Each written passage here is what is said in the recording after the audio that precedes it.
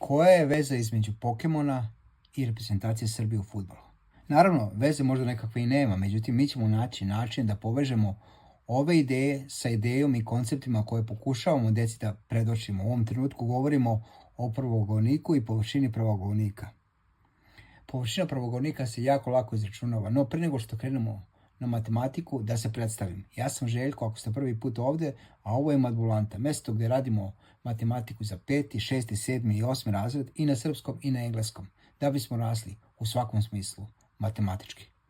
A sad da se vratim na matematiku. Kažem, u pitanju je koncept površine pravogovornika koji se relativno jednostavno može pronaći, odnosno izračunati. Površina pravogovornika se izračunava tako što se pomnoži dužina sa širinom. U ovom slučaju to bi bilo 8 puta 6.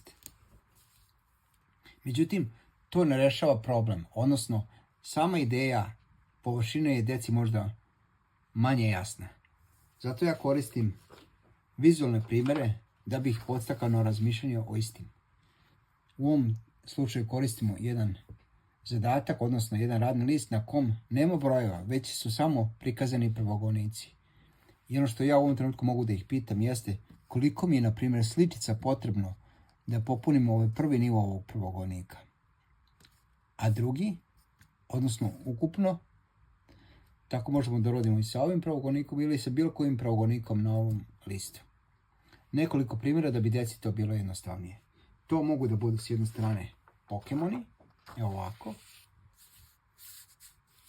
a mogu da budu i fudbaleri, odnosno reprezentacije. U ovom slučaju u pitanju reprezentacija Srbije, može da bude bila koja druga reprezentacija. Pretpostavljam da ste vi kao deca skupljali sličice, a pretpostavljam i da vaša deca u ovom trenutku skupljaju neke sličice. Ono što je bitno jeste da se deci predstave ideje na način koji su im interesantne pre svega, a takođe i bliske, da bi im bilo što jednostavnije i jasnije.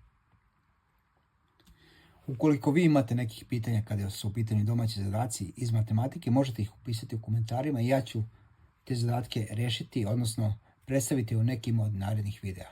Tu sam da pomognem kad i koliko mogu. Da se razumemo. Prijetno.